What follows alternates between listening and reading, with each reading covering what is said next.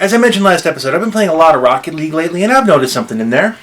Something that we're all just a little too familiar with in online multiplayer games.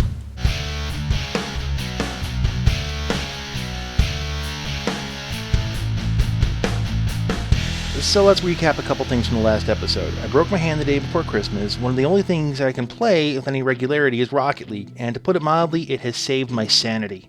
And even then, I can usually only play like one game, and then I need to rest my hand for a couple minutes, and then I can maybe play another one.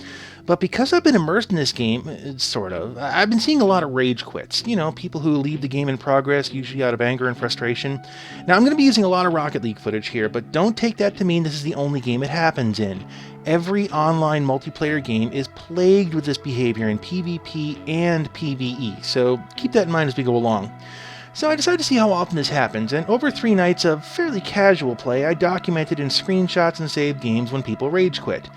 The fast record went to about 4 to 5 seconds after the game began, but normally it took quite a bit longer than that. It almost always happened after a goal was scored against them, and another rage quit moment was like the last minute of the match when the game was determined unwinnable. Yeah, I even had the rarest of the rare. I had a full team rage quit. Alright, granted, we did put 4 unanswered points on the board in about 2.5 minutes, and they were playing as a group, so when one quit, they all quit, but it kind of begs the question, why would you rage quit? Why would you leave a game in progress? Well, I think there's a simple answer, but I also think there's a much more complex answer. The simple answer first. Why would you rage quit a group? Because losing sucks. No, really, it's that simple. I've noticed in Rocket League, they have this absolute love of dropping me into a game in progress, less than a minute to go, 4 or 5 points down. Obviously, I'm subbing for somebody who just rage quit the group.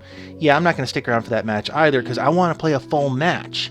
Or sometimes you're losing because your teammates just suck. Or as has happened to me a lot, your teammates are just actively working against you, or they're not even playing. If they're not going to try, why should I? Or sometimes your ping is just way too high to play, the dreaded 999 that haunts the best players. So yeah, bail out and try a reconnect.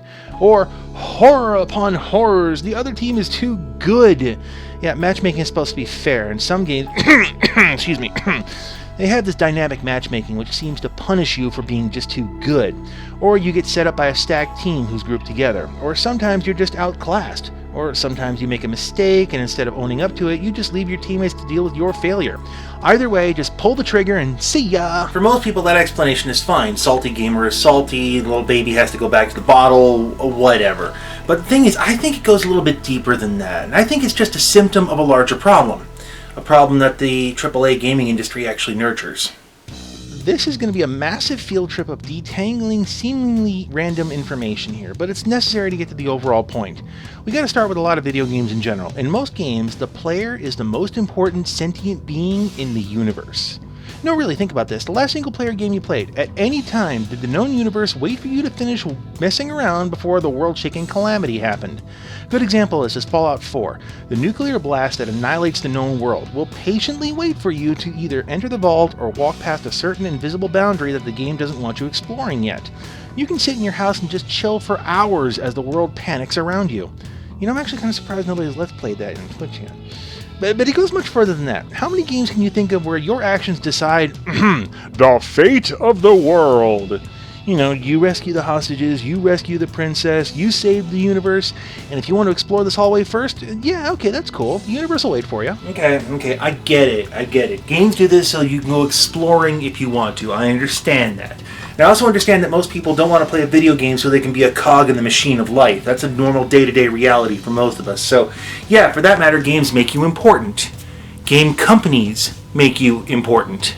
That's item 1. Item 2, flattery will get you everywhere. Everyone loves getting their ego stroked. When a company's doing it to me, I always kind of wonder, what are you up to and what are you going to charge me for it? And it doesn't have to be pay to win either. It can be something as simple as a pretty horsey that you can only get at a random prize box that you can buy for $5. And then you get to be special because you own something that not many other people have. The downside is that once a player invests more money in a game than is necessary, they sometimes feel entitled to something more. You know, I've actually heard people say that they deserve to beat the game because they bought all the DLC, the special costumes, and so on. I could even make the same style argument for people who buy high-end computers or components. But that's kind of getting into poor shaming, and I really don't want to talk about that this episode. So what? So what's the big deal? Companies are going to stroke ego in order to make a profit. Okay, we've got that established. But I think this leads to a larger problem. How can you possibly be a team player when the universe revolves around you? I've noticed in almost every Ragequit scenario in Rocket League, there's a couple of things that get repeated. One of them is the player who quits is almost always a ball hog. They gotta score all of the goals, or at least be in the middle of the action. They will ram you out of the way to get a play on the ball, regardless if they actually have a play on the ball or not. They'll quit because they're the most important person on the field, but the score and the stats don't reflect that. It's a waste of their time and self-inflated talent to stick around. Actually, that's kind of an important part of all this. When they bother to say why they're leaving any group in any game, one thing that's commonplace is the concept of this is a waste of their time. And never mind the other 5 to 10 people in the group. Their personal time is more important than everyone else. And if a team isn't up to their standards, they just leave. Again, they're the most important person in the world. You better damn well treat them like that or they're going to take off. But let's throw a few more factors in the mix though. The social internet disconnect, where your teammates aren't flesh and blood people, they're just NPCs who make your high DPS possible. In most guilds the social ties are just paper thin, and the attitude is, well, what have you done for me lately? And that and the lack of real repercussions for quitting a raid or a game. Ooh, 15-minute deserter penalty. Ooh, they're shaking in their armor now. On that last point, a lot of people find workaround to this problem of a deserter penalty. Things like, one of my favorites is they'll become so abrasive and it's just so nasty that the rest of the team just gets fed up with them and the team just kicks them out. Or in a game like World of Tanks where you really can't do that, they'll just off themselves. They'll drive into a lake or something similar to that and just kill themselves. They're out of the match, they get what they want. It's all about them.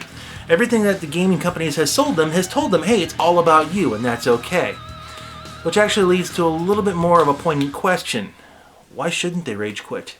That might sound depressing, but it's a legitimate question. Everything within gaming is saying it's okay to rage quit. Hell, I'd argue it's encouraged to some extent. So why stick around when your team is losing? The game is basically over, right? Re-rack, hope for a better team, and why waste your valuable time? I'll try to find an answer to that in the real world, and before people start complaining, if you want gaming to be considered a sport, it is fair to compare gaming to other sports. I thought about talking about the Cubs versus Brewers game I went to in October, but Major League Baseball would throw a hissy fit. Seriously, they're worse than movie companies with copyright. So something a little more obscure.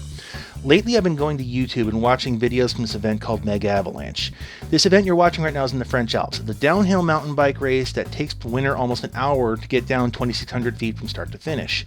It begins with a mass start. So you've got about 320 mountain bikers, 12 rows deep, trying to race down a glacier. The opening drop is absolute carnage. The guys in the front row, they might escape it, because if a rider in front of you falls, you're either stopping to avoid them or you're going over the handlebars as you hit them.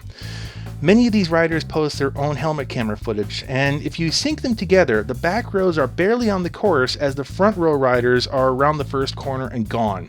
So if you're seated in the back row, you know you're not going to win. Barring 319 some odd mechanical failures and injuries, you're just not going to get anywhere close to the front. So why do it? If you're obviously not going to win, why don't you just rage quit the race? It's not worth risking your life or your health or your equipment in a losing effort, right?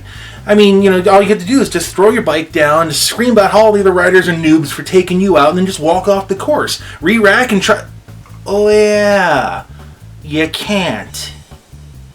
Well, for starters, Mega Avalanche is a once a year, well, maybe twice if you count the event in La Réunion. So yeah, if you walk off the course, that's it for the year. That gives the events a sense of occasion at the very least. And if you walk off because of a single mistake by yourself or someone else, you gain a reputation as a quitter by your sponsor. Your sponsors. Almost all these riders who put up helmet camera videos are highly sponsored riders with fan bases, so they have an obligation, at least from their sponsors, to ride. You also have to qualify for the finals run, and just doing that is resume worthy. Completing the finals run, even in dead last, shows potential sponsors you have the talent and you can represent their gear effectively. So right there, you've got 3 concrete reasons: occasion, accountability, and reward, or at least the potential for reward. On a smaller scale, this is also why people don't rage quit real life events either. If you rage quit, say, a laser tag event, even if you're having a really crappy time, you've just wasted your whole night, your friends who are still playing won't invite you back later on, and they're probably going to tell you to go home rather than meet you at the restaurant to hang out afterwards. Just saying. There's another reason I've been watching the Mega Avalanche footage, because I know that given today's equipment, in my youth, I would have done this because that looks like fun. You guys remember the whole fun thing, right?